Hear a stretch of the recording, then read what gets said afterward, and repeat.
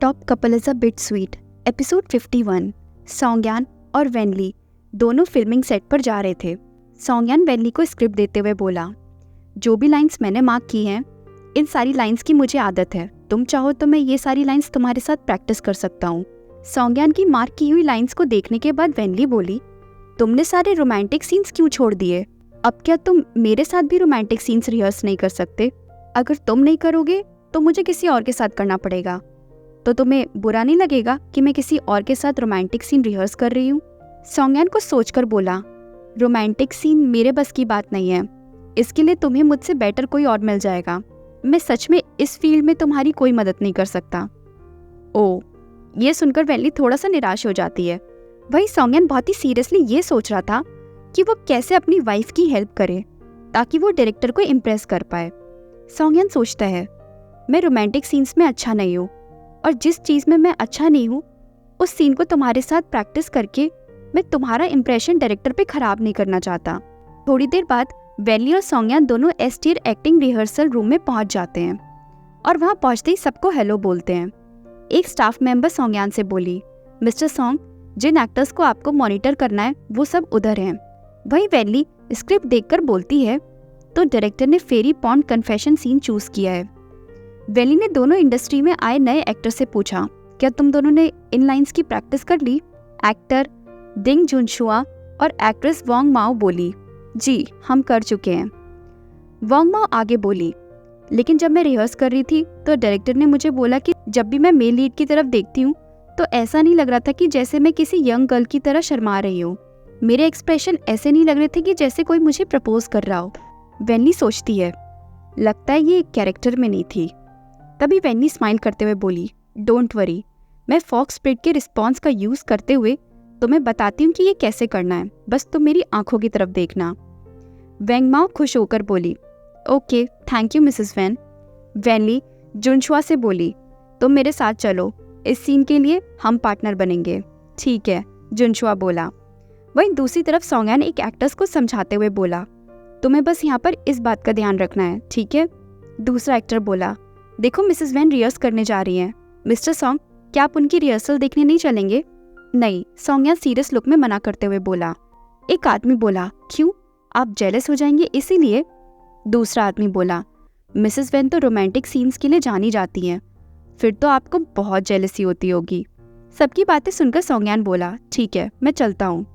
जाते हुए सॉन्गयान सोचता है, जेलसी की वजह से थोड़ी ना मैं मना कर रहा था, मुझे बस देखने का मन नहीं था इसलिए बोल रहा था। तभी सॉन्गयान की नज़र सामने पड़ती है जिसे देखकर वो हैरान रह जाता है। सामने वेनली और जुनशुआ दोनों रिहर्स करने के लिए एक दूसरे के सामने खड़े हुए थे। ऑडियंस में से एक इंसान बोला, ओ माय गॉड, क्या ये एक बैटल ग्राउंड बन गया है? क्या मिस्टर सॉन्ग अपने गुस्से को कंट्रोल कर रहे हैं? हमें तो फ्री में ही इतना थ्रिलिंग नज़ारा देखने को मिल गया। ऑडियंस ये सब बातें कर ही रही थी, तभी सॉन्गयान खुद को समझाते हुए बोलता है, नहीं नहीं, मैं जेलस नहीं होऊंगा। लगता है मैंने खुद को कुछ ज़्यादा ही ओवर एस्टिमेट कर लिया। सॉन्गयान को लग रहा था कि उसे जेलसी नहीं होगी, लेकिन ऐसा कुछ भी नहीं था। रिहर्सल खत्म होने के बाद एक आदमी जुनशुआ से बोला, जुनशुआ, तुम्हें तो मिसेस वैन ने अपनी एक्टिंग से ओवर पावर कर दिया, तुम तो उनके सामने टिक भी नहीं पाए।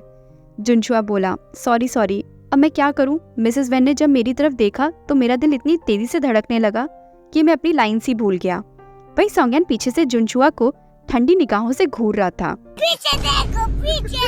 जुनशुआ पीछे मुड़कर सोचता है, अचानक से मुझे इतनी ठंड क्यों लग रही है? जुनशुआ पीछे मुड़कर देखता है तो वहाँ सॉन्गयान खड़ा था, जो ऊपर से तो हंस रहा था लेकिन अंदर से उसे खा जाने वाली नजरों से घूर रहा था। वेनली जुनशुआ की पीठ को थपथपाते हुए बोली, चिंता मत करो, क्या तुम्हें एक बार फिर से प्रैक्टिस करनी है? जुनशुआ बोला, आप सच में बहुत ही अमेजिंग है मिसेस वैन, आपने इतनी नेचुरल एक्टिंग की, वो भी अपने हस्बैंड के सामने, आप सच में बहुत टैलेंटेड हैं। वहीं जुनशुआ डरते हुए मन ही मन सोचता है, मिसेस वैन प्लीज जल्दी से अपने हस्बैंड की तरफ देखिए, मुझे बहुत डर लग रहा है। हस्बैंड? वेनली सॉन्गयान की तरफ देखती है।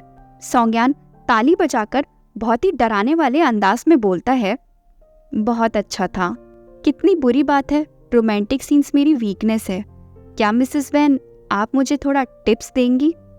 वेनली सोचती है, मुझे ऐसा क्यों लग रहा है जैसे मैंने कोई गलती की है। फिर वेनली अपना सिर हिलाकर सोचती है, वेट, मैं गिल्टी क्यों फील कर रही हूँ? मैंने तो एक्टिंग की है, चीटिंग थोड़ी ना की है। वेनली ना करते हुए बोली, पर्सनल नीड्स के लिए हमें दूसरों का टाइम वेस्ट नहीं करना चाहिए।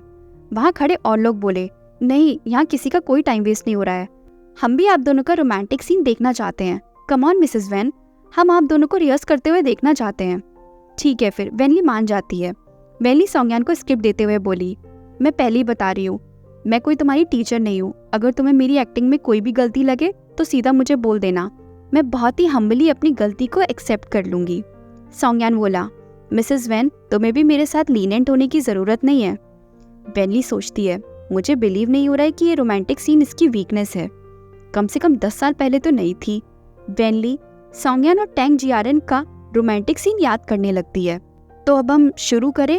1 2 एक्शन। सॉन्गयान वेनली का हाथ पकड़कर उसे अपनी तरफ खींचते हुए बोलता है, लिटिल फॉक्स स्प्रिट, क्या तुम्हें दिख नहीं रहा है कि मैं तुम्हारे लिए क्या फील करता हूँ? सॉन्गयान की एक्टिंग देखकर वेनली नर्वस हो जाती है और सोचती है, मैं एक प्रोफेशनल एक्ट्रेस हूँ। Calm down Wenli, calm down. Songyan आगे बोला, मैंने कभी किसी लड़की के लिए ऐसा फील नहीं किया जैसा कि इस वक्त मैं तुम्हारे लिए कर रहा हूँ। मैं तुम्हारे लिए कुछ भी कर सकता हूँ, किसी भी हद तक जा सकता हूँ। मुझे तुम्हारी फिक्र होती है, मैं तुम्हें पाना चाहता हूँ। जब तुम खुश होती हो तो मैं खुश होता हूँ, और जब तुम उदास होती हो तो मैं उदास हो जाता हूँ। मैं हमेशा से यही सोचता था कि तुम्हारी हेल्प करना मेरी एक मॉरल ड्यूटी है, लेकिन अंदर ही अंदर मैं ये बात बहुत अच्छे से जानता हूँ कि जहाँ बात तुम्हारी आती है वहाँ मैं बहुत सेल्फिश हो जाता हूँ। सॉन्गयान की एक्टिंग देखकर वेनली स्टन रह जाती है और कुछ भी नहीं बोल पाती है। ऐसा लग रहा था जैसे मानो सॉन्गयान एक्टिंग नहीं कर रहा है, बल्कि हकीकत में ये सब कुछ वेनली से बोल रहा है। वेनली को हक करके खड़ा हुआ था। तभी सॉन्गयान धीरे से वेनली के कान में बोला, मैंने ऑलरेडी इतना कुछ बोल दिया है। यू डम फॉक्स, तुम भी कुछ बोलो अब। वेनली हैरानी से सोचती है, कुछ देर के लिए तो मैं एक्टिंग और रियलिटी में फ़र्क ही भूल गई थी। काश ये सीन कभी भी ख़त्म ना हो, हमेशा ये ऐसे ही चलता रहे। और अगर आपको ये स्टोरी अच्छी लगी तो प्लीज़ चैनल को सब्सक्राइब और स्टोरी को लाइक एंड शेयर करना ना भूलें। Thank you.